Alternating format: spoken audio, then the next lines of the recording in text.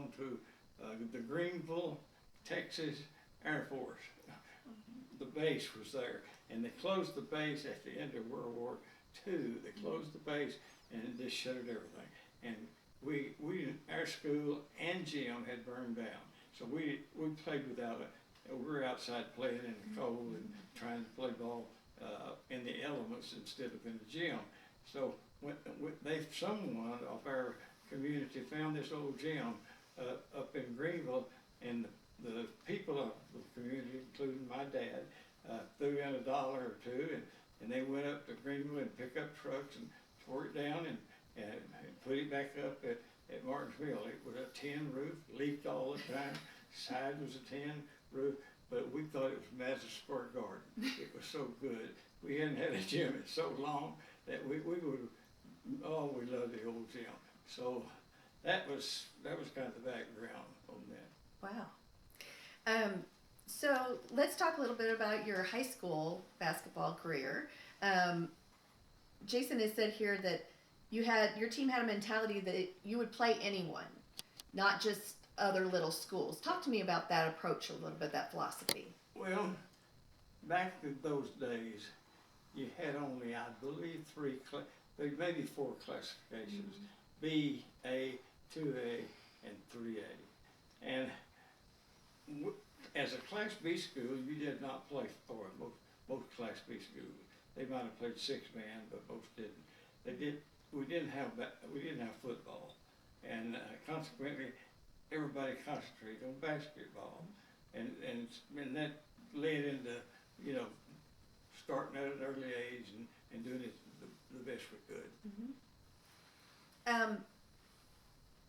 So I know that you were point guard. Is that correct? Yep. Point guard, and he also says here acting coach. How did you kind of end up in a leadership role with your team? That is a kind of tough question to answer. My coach was my cousin. In 1948, the Gilmer-Aiken bill was passed where every school teacher had to have a degree. Well, our coach, who happened to be my cousin, our coach liked 3 hours of biology having his degree. So going into our senior year, we got caught without a coach. And so the school assigned the math teacher, and the math teacher drove the bus, and what a nice chaperone would do. But he had never coached a game of basketball, didn't know a thing about basketball. But to his credit, he didn't try. And consequently, having grown up the way I had in the footsteps kind of my mentor and cousin coach, I was able to step in and do a lot of the coaching. And our former coach would come down on weekends and holidays and help us, and I just kind of morphed it into being the spokesman for our team, certainly on the floor. And he gave me the stats here. Your junior and senior years were exceptional, and you guys ended up going to the state championship. Can you tell me a little bit about that experience?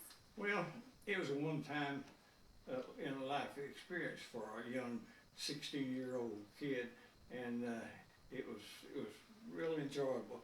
Our best team did not win the state championship the year before because of various injuries, but we were still a pretty good ball club the year we won the state championship.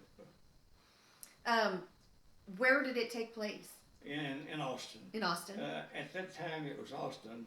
The UIL could afford, well, I shouldn't say UIL before they could afford it, but the people who came to watch small town Martinsville types come and play in the state tournament, they couldn't afford the triple and quadruple prices that suddenly Motel 6 was Motel 12.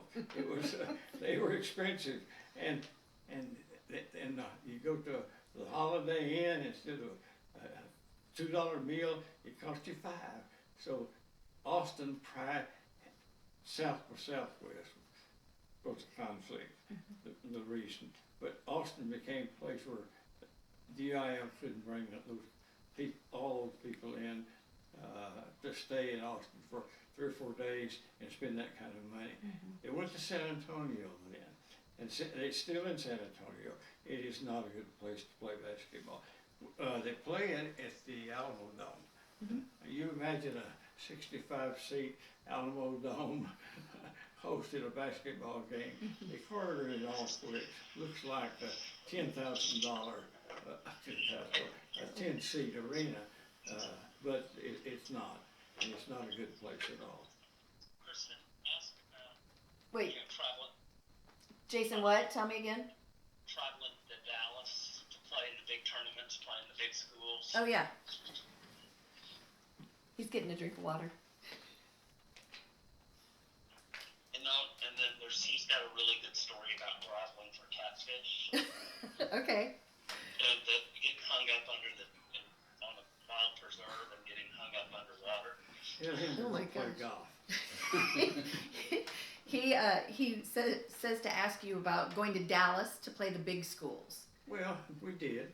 We played Tyler Junior College, Henderson County Junior College, North Texas Freshman. We couldn't get games with people that were in our conference, so to speak, or at the same classification. They didn't want to play us, and so consequently we had to go anywhere we could go to get games. We won the Dr. Pepper tournament in Dallas, which was at the time the second largest basketball tournament in the state of Texas for high school kids. The next year we finished second in the tournament. I might tell you a little something about that our senior year. We played 3 straight Dallas ball clubs. And of course, they're 4A, the largest classification, and we beat them all. And we're playing in the finals of the Dr. Pepper tournament. We're playing our 4th Dallas team, and ironically enough, we start shooting up and going out on the floor.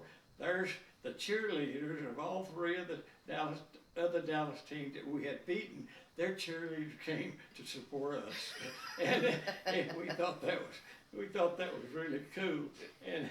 And one other, wasn't really cool, but one other incident that happened.